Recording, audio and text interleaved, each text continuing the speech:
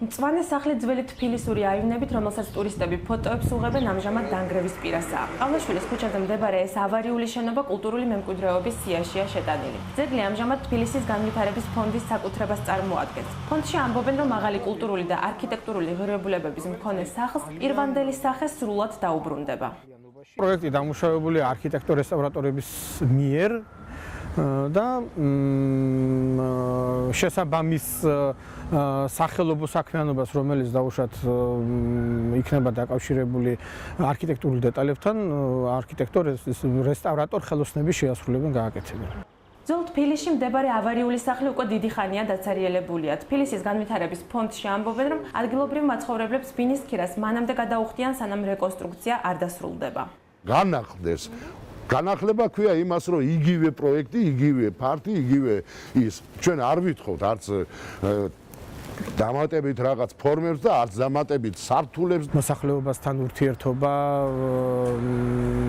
გვიწევს, უნდა აუხსნათ და გავაგებინოთ, რომ მათ არაფერს არ ვართმევთ, უბრალოდ ფართის უცვლელად ვკეთებთ დაკვეთებს კორექტირებას.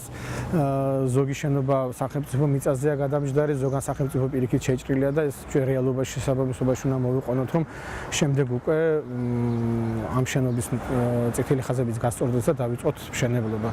ძეგლის გარე ფასადი მე-19 საუკუნის შუა წლებს მიეკუთვნება, თუმცა სპეციალისტების განმარტებით ის უფრო ადრეულ ფენებსაც უნდა შეიცავდეს. არსებობს მოსაზრება, რომ შენობაში ერეკლე მეორის კანცელარია იყო განთავსებული.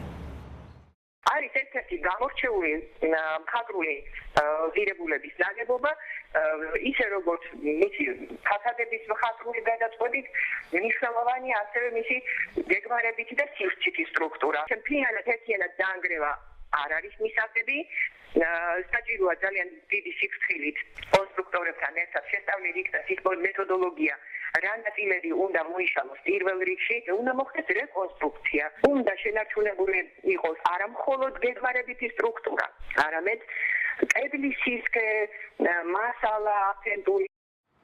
უკვე 3 თვეა თბილისის განვითარების ფონდი ადგილობრივ მოსახლეობასთან მოლაპარაკებებს აწარმოებს. ფონდში ამბობენ, რომ ყავლაშვილის ქუჩაზე სარეაბილიტაციო სამუშაოები შეთანხმების მიღწევისა და საკადასტრო ნაკვეთის შესწორების შემდეგ დაიწყება.